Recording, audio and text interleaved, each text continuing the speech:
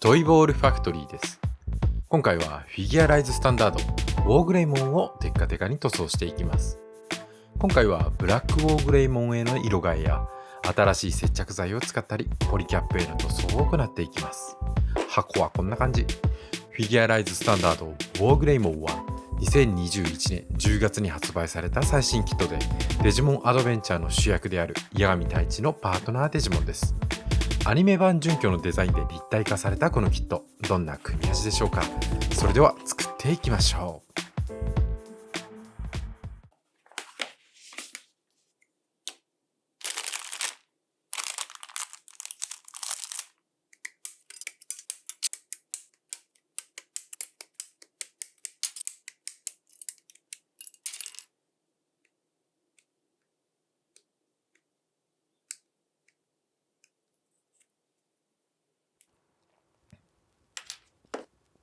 ということで、フィギュアライズスタンダードウォーグレイモンを作っていきます。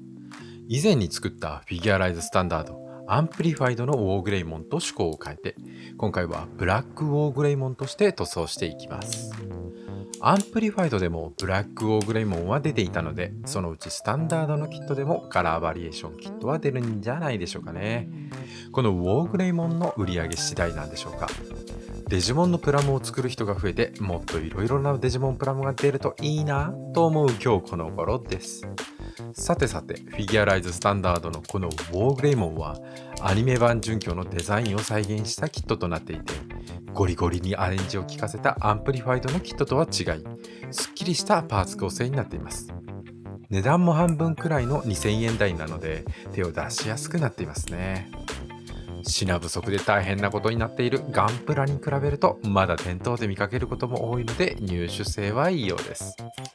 生物のプラモなのでガンプラなどに比べるとパーツとパーツの境目、合わせ目が少々多いかなという気もしますが、合わせ目が筋肉の流れやパーツのエッジなど目立ちにくい場所に配置されていて、バンダイの愛情が伝わってくるようです。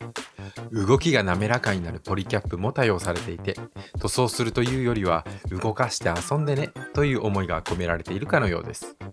シンプルな前後はめ合わせのパーツが多いので特に注意することもなく、簡単にアニメから飛び出したような足の出来上がり。そういえば動画の演出のため全てのパーツを最初に切り離して組み立てていますが、これは推奨していません。説明書通り順番に切り取って組み立てるのがおすすめです。ランナーからパーツを全て切り離すのは、ランナーからパーツを探す時間とニッパーを持ち帰る時間を短縮するためにやっていますが、慣れていないとパーツをなくしやすいので順番通り一つずつ作ることをおすすめしておきます。各部位が組み上がったので全体を組み上げていきます。関節部のポリキャップにクリックがあって気持ちいい。クリックがあることで関節がすっぽ抜けたりしにくそうです。ということで仮組完成。ズームアウト。本当にこれはアニメっぽい感じですね。アンプリファイドとは違い、とてもシンプルなデザインです。無印の CG っぽさもありますし、デジモンアドベンチャーコロンのすっきりした作画とも近いですかね。アンプリファイドと比べるとポージングがしやすい。痩せたおかげで可動範囲が広がったのかな。まあデザイン上動かしにくいところもありますね。ちょっと不満なのがこのドラモンキラーがついている手首に関節がないので、ドラモンキラーの向きを変えるのが難しいことかな。二の腕に回転軸はあるんですが、手首をひねることができないのがちょっと残念。足の可動は文句なく、膝は二重関節で正座ができそう。ドラモンキラーの動きはもう少し頑張ってほしかったですが、設定ではこんな感じなのかな。それを気にしなければポーズを決めるのは楽しいですね。ムキムキの筋肉と相まって戦闘的な感じがたまらないですね。案外ドラゴンボールのプラモデルも作ったら楽しいのかもしれない。そのうち挑戦してみたいですね。ドラモンキラーの爪と足の爪の裏側に肉抜き穴がありますが、あまり気にならないということにしておいて、今回はそのままにすることにします。それではバラして塗装前の処理を行っていきましょう。また勢い余ってバラバラにしてしまった。合わせ目処理からやっていきましょう。あれ、いつもとなんか違う。いつも使っていた流し込み接着剤は右側、左側は速乾流し込み接着剤。こんなのがあるんですね。これだと合わせ目消しの引け問題がなくなるとかなくならないとか聞きましたよ。それでは早速使っていきましょう。これまで合わせ目消しで使ってきた流し込み接着剤では、接着剤の成分の乾燥に時間がかかっていて、乾燥しきる前にヤスリがけを行ってしまっていたため、合わせ目を接着した部分が引けてしまって、合わせ目が復活してしまうことがありました。この速乾流し込み接着剤を使うことで、接着後の引けを防止することができるとかできないとか、どうなるのか楽しみですね。さて、こちらは頭部。首を左右から挟み込むタイプのパーツ構成で、頭頂部に縦に合わせ目ができます。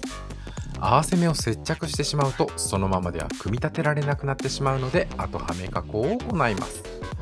首のピンを挟み込むダボを下からハの字に開いて、下から首のパーツを差し込めるようにしていきます。左右の頭部パーツを組み立てて、首のパーツが入るかテスト。なんとか入りました。これで接着しても大丈夫だと思います。むにゅっと。続いてはつま先の後はめ加工。こちらは上下から足首のパーツでつま先のパーツを挟む構造になっています。前方から差し込めるように邪魔な部分をニッパーでカット。足首を組み立てて、ちゃんと組み立てられるかテスト。大丈夫そうですね。速乾流し込み接着剤で合わせ目を接着。本当にこれでうまくいくのだろうか、ドキドキであります。ドラモンキラーの爪の先っちょが安全のためか尖っていなかったので、ニッパーでカットしてシャープ化してみました。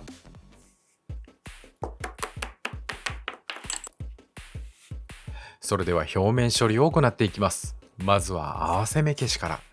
本当にちゃんと乾いて引けないんでしょうか。ドキドキです。そういえばこういった合わせ目消しやゲート跡の処理など、めんどくさいとか難しそうといったコメントをいただくことがあります。こんなものはね、全くやる必要はありません。そのまま組み立てるだけで完成度が高いので、すぐみで十分です。こんな作業がいくら上手くなっても女の子にはモテないんですよ。知ってましたか？僕は最近知りました。楽しいと思うからやってるだけなんですよ。少し大人になったところでブレイブシールド。今回はブラックウォーグレイモンとして塗装するので、勇気の紋章はいらないので、これを消していきます。ガイアノーツの瞬間カラーパテで筋彫りを埋めて、勇気の紋章を消していきます。筋彫りに沿ってカラーパテを流し込み、ちょっと粘度が高すぎるのか、うまく筋彫りを埋めるのが難しい。反対側もカラーパテを流し込んで終了。瞬間カラーパテを硬化させるため、瞬間接着剤硬化促進剤スプレーを吹きかけて、これで固まったかな。ステンレス製の金属ヤスリぐるぐるバーでパテを削り取っていきます。瞬間カラーパテは瞬間接着剤なので、加工しやすいように調整されているとはいえ削りにくいですね。めちゃくちゃ時間がかかっています。金属ヤスリはその切削力の高さゆえ、対象に傷をつけやすいので、ブレイブシールドは傷が目立ちにくい艶消し仕上げにしようかな。背中がテカテカだと G っぽくなっちゃうしね。フィニッシュプレートで磨いて、なんだかつぶつぶ感がある。なんか引っかかりがあるし。これ瞬間接着剤の気泡だわ。硬化するときに気泡が出たようで、ちゃんと筋彫りを埋められていませんでした。やっちまった。筋彫りを埋めるには瞬間接着剤系のパテは向いていなかったのかも。仕方がないので筋彫りごと削り取ってしまいました。もう片方も頑張って削り取りましたよ。こちらは肩のパーツ。ポリエチレン製のジョイントが見えますね。いわゆるポリパーツです。ポリエチレンは軟塗装素材で、通常のラッカー塗料では塗装することは難しく、塗装をしても塗料が剥がれてしまいやすいので、ガイアノーツのガイアマルチプライマーを使って塗装の下地を作ってみます。これまでの制作では関節部はあまり目立たないので特に気にしていなかったんですが、今回はブラックウォーグレイモンにする関係上、関節部が黄色いとかなり目立ってしまうので塗装した方が良さそうかなと判断して、マルチプライマーを使って塗料の食いつきを良くしてから塗装をすることにしました。ということで、その上からサーフェイスアイボブラックを塗装していきます。以前のウォーグレイモンと同様、生体部分を艶消しにするので、もともと艶消しのサーフェイスアイボブラックを塗装して直接質感を表現してみます。プライマーを使っているおかげか、ポリエチレン部分も特に問題なく塗装できているように見えます。こちらは足首、合わせ目はちゃんと消えているでしょうか。こちらもサーフェイスアイボブラックで塗装していきます。なんかテッカテカでよくわかんないですね。乾燥後が楽しみです。そしてこちらは腕パーツ、肘関節をつけたまま合わせ目を消したので、肘を曲げ伸ばしして塗装するズボラ塗装。えいや、テカテカ塗装だと触った時につくホコリが気になりますが、艶消しなら気にする必要はないですね。それでは走行パーツを EX ブラックでサフレス塗装していきます。クリーニングブラシでホコリと静電気を除去してから塗装開始。パーツの裏側、縁など塗りにくいところから塗装していきます。結構塗り忘れしやすいところで、後から塗装するとせっかく綺麗に塗装できた表面を台無しにしてしまうことがあるので、先に塗装してこれで塗装完了。ということで、塗膜にホコリが混入。どうしたってホコリは入るので落ち込まない。3000番のスポンジやすりでホコリを削り取って、再び EX ブラックで光沢を出していきます。ホコリが入るのは失敗のうちに入りません。リカバリーは簡単ですし、そもそもホコリが入っても気にしないという手もあるので、お気楽なもんです。続いては EX クリアでクリアコート。EX ブラックの時点でかなりテカテカになっているので、あんまり意味はないと思うんですが、もはや癖？いやいや、実際より光沢が出るようになるんですよね。不思議。これでめっちゃテッカテカになりました。それではメタリック塗装を行います。まずはスターブライトシルバー。今回はパールシルバーでのコートは行わず、金属の荒々しいギラギラ感をスターブライトシルバーそのままで表現してみました。続いてはガンメタル、暗めのメタリック塗料です。こちらはブレイブシールドの裏側、他に喉や腰、胸などの暗い装甲をガンメタルにして明るい装甲とのコントラストをつけました。続いてはスターブライトゴールド。おっと、下地塗装をやり忘れたわけじゃないですよ。前回の剣舞で行った赤下地に金色を重ねるという塗装法をプラスチック素材のそのままの色を生かして塗装。思ったよりちゃんとできちゃった。これは楽ちん。ちゃんと塗装できたかな。合わせ目も復活していないようですね。なんとかうまくいったようです。それでは部分塗装を行っていきましょう。まずは仕立てるカラー、リトリビューターアーマーから。最近コメントが増えていて、なんでやろなと思っていたら、特にデジモン系の動画がまだ見られているようで、新たにチャンネル登録する方も増えていて、テカテカへ沼へようこそいらっしゃいっていう感じです。ありがとうございます。その中にはプラモデルを作ったことがない方も多くいらっしゃるのではないかと思いますが、今のプラモデルはとても作るのが楽しく簡単で、塗装しなくてもかなりかっこいいものが出来上がるので、興味を持たれたら一度作ってみることをおすすめしますよ。一度作ってしまうと、おもちゃ売り場にあるプラモデルの見え方が違って見えるようになって面白いですよ。ここにあるプラモデルは全部自分で作れるのかと思えるようになったりします。実際のところ全部作るには一度の人生では全然足りないんですけどね。僕は結構なペースで作ってる方だと思うんですが、買うペースがそれを上回ってて、そろそろ押し入れが崩壊しそうです。誰か助けて。話がそれた。デジモンのプラモは入手性もいい方なので、もし見かけたら手に取ってみるのをおすすめしておきます。楽しいですよ。僕がテカテカ塗装できるのも最近のプラモの出来がとてもいいからなんです。昔のプラモは合わせ目消しや改造をしないとかっこよくなかったり、塗り分けもほとんどされていないので、とにかく塗装までの処理が大変でした。今のプラモデルはほとんどいじるところがないというくらいのクオリティなので、塗装に専念することができているんですね。ありがたいことです。デジモンは新シリーズのデジモンゴーストゲームも始まりましたね。最初は怪談話アドベンチャーじゃないんだとちょっとびっくりしましたが、声優が豪華でお話もしっかりしていて楽しく見ています。デジモンのプラモデルを作らなかったら番組を見てなかっただろうなと思うと不思議な感じがしますね。そういえば投稿簿の動画の総再生時間がなんと僕の人生よりも長くなりました。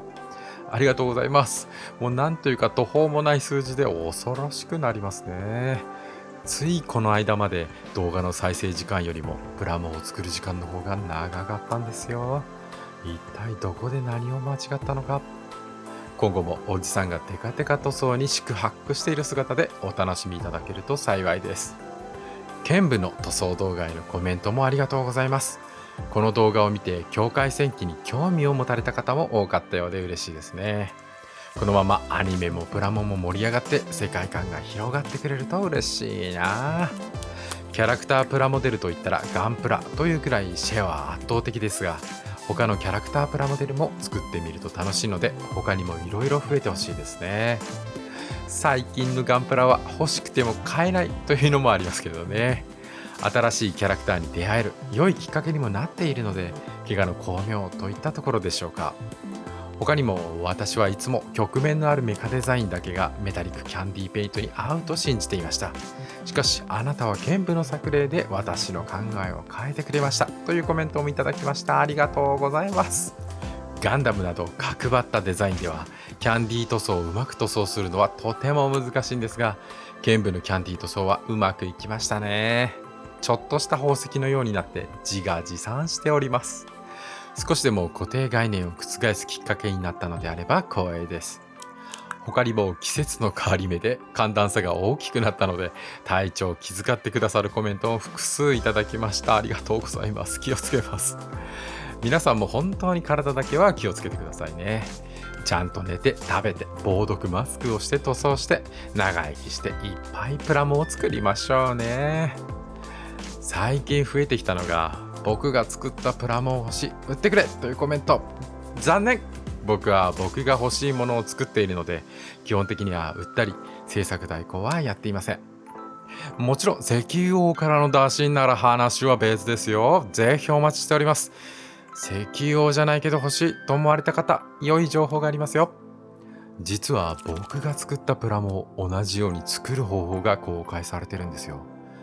今あなたが見ているトイボールファクトリーというチャンネルなんですけどね。よし、これでチャンネル登録者が増えるぞ。そろそろ仕上げ、あとはメカコーのつま先を組み立てます。水性接着剤のデコプリンセスを使って組み立てていきます。デコプリンセスはラインストーンなどをネイルにつけるための接着剤で、塗膜を侵すことがないのでおすすめです。関係ないところについてしまっても水をつけた綿棒などで拭き取ることが可能なので失敗しても怖くありません。つま先がバッチリ組み上がりました。合わせ目もなく半ツヤがいい感じです。上手にできました。それでは全てのパーツが整ったので並べて組み立てていきます。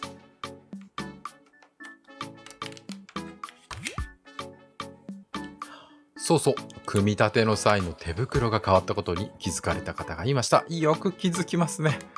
これは静電気防止手袋です。ゴム手袋だと帯電してホコリをパーツに移してしまうので帯電しにくいこの手袋に変えました。ホコリがつきにくくなる効果はちゃんとあるようです。まあそれでもホコリはつくんですけどね。ちょっとだけでも改善できたので良しとしています。懸念だったポリパーツへの塗装もガイアマルチプライマーのおかげで塗装が剥がれたりはしていないようです。やったね。下地なしで塗装したスターブライトゴールドがいいアクセントになっていますね。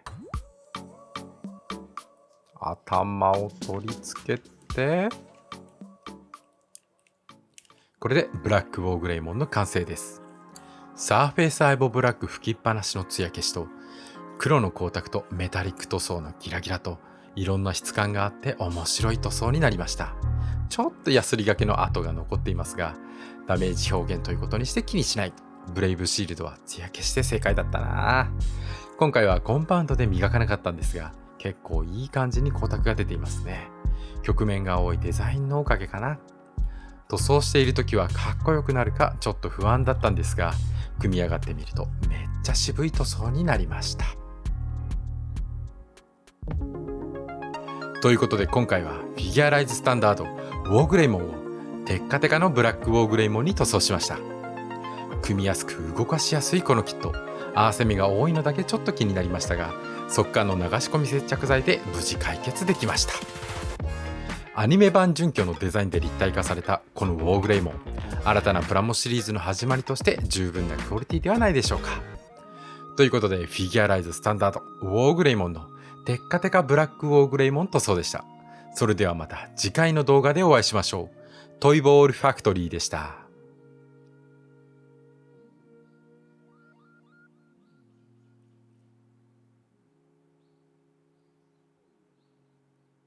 プラモデビューにお一ついかがですか？